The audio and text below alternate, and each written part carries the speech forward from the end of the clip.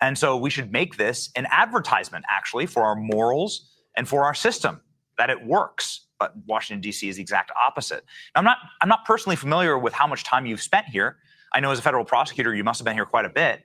But perhaps you could just muse quickly on, does Donald Trump have the right to do this? And does this need to be done? Yeah, Benny, I've spent for the better part of a lot of my career. I lived in McLean, Virginia, worked in D.C. for many years at the highest levels of government in both DOJ and then in Congress. I've watched progression. I've seen the rise and the fall of different crimes. What's disheartening right now is the dishonesty about what's actually occurring. You can't fix a problem if you're not honestly assessing the problem. And I'm seeing people on the left saying crime has dropped. Well, in a lot of ways, it's a manipulation of data. Carjackings in 2018, were very low, under 200 for the entire year. 2023 comes around and it's almost 1,000 carjackings, an exponential increase. And then last year they fall somewhat to roughly 500 to 600. So then everybody is saying, look, crime has fallen, in order to push back on what Donald Trump is doing. And the reality is that's not an honest assessment.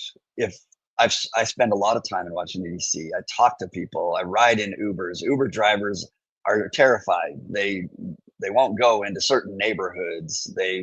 Several that I've ridden with have been carjacked. There's a sense that they're not secure. And so regardless of any data, what Donald Trump is picking up on is the insecurity of individuals in major parts of Washington, D.C. And does he have the authority to do this? He does. What the dynamic, though, that's happening is he's going to stop the crime. And that's just part one. He's not necessarily the enforcement behind holding individuals accountable. That has to come with a joint operation and collaboration between the U.S. Attorney's Office and the Washington, D.C. police. That's the mechanism that has to come next. And that is getting together, put politics aside and say, okay, we've stopped the crime now with the help of the National Guard. Now, what do we do in order to hold them accountable, those that would be willing to commit crime? Yeah, it's something that was in my timeline this morning, Brett, was one of the D.C. prosecutors on the city level saying, well, you can't arrest your way out of crime. Yeah, you can. I mean, that's actually how you do it. In fact, the truth about deterrence, Benny, is it's not the length of the sentence; it's the predictability of being prosecuted. So if they have no predictability, they don't believe they're going to be caught, they don't believe they're going to be charged, then they continue. And that's what we know about deterrence. It doesn't matter how long you sentence them. The fact that they have genuine fear to be caught and prosecuted is what will stop the crime from occurring. So lucky you, Judge Janine will actually be on the program in just a few minutes. So she can go through the plan. you're saying this is the key enforcement tactic. You can have as many National Guard troops as you want. You must have somebody to put the criminals in jail. That's correct. You've got to pursue these cases. It's very tricky when they're juveniles too, because juveniles, there's some of the same rules don't apply, and the U.S. Attorney's Office doesn't have primary jurisdiction over juveniles. And so you've got to work with the state police and these district prosecutors and work together. And there used to be a time in which politics were put aside because everybody wanted to eradicate crime. Lately, we haven't seen that so much from the left. Well, no, actually, we've seen the opposite. President Trump is here saying we're going to make our nation's capital and the seat of Western civilization safe, and he's being attacked by everyone for it, including Adam Schiff, Eric Swalwell, who are part of this leaking crew, but also Nancy Pelosi, ironically, with her history at the National Guard. Hillary Clinton has come out of the woodwork. I thought that. Yeah. That's just utterly fascinating. But yeah, I mean, sure, it's a bold strategy, Cotton. We'll see if they get away with it. But saying, yeah, we're the party of criminals and illegal aliens. I don't know. Let's see how it works out for you. But Yeah. President Trump does have the right to do this. President Trump has the constitutional authority to do this. D.C. is still a federal city. The amendments to the Constitution about D.C. and its nature are still intact and have never been rescinded and have never been amended. Is this correct?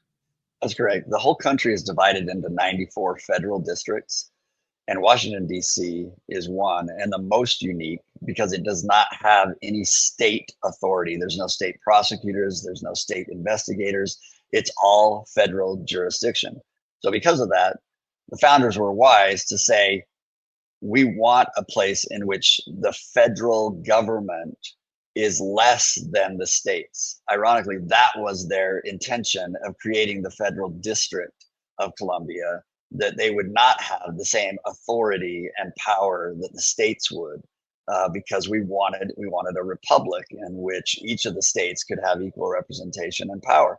So the district then comes under federal jurisdiction only, which is controlled by the executive branch, and President Trump, in charge of the executive branch, has said, I've seen enough. We're going to secure our federal district of Columbia. Yeah.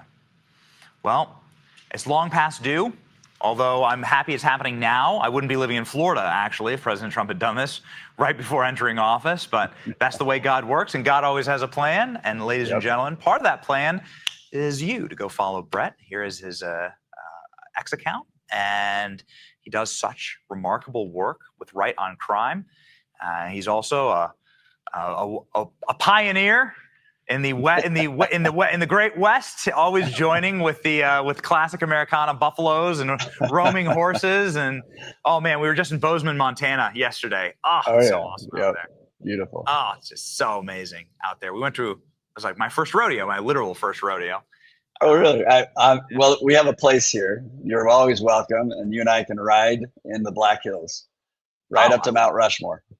I would love that. I always say Black Hills matter. That's what I always say.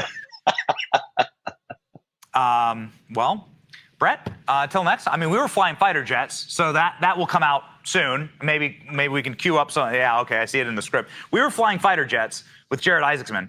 But yes, riding horse is also amazing, and we'll do that next time. Look forward to it. Thanks, Benny. All right. Thanks, man.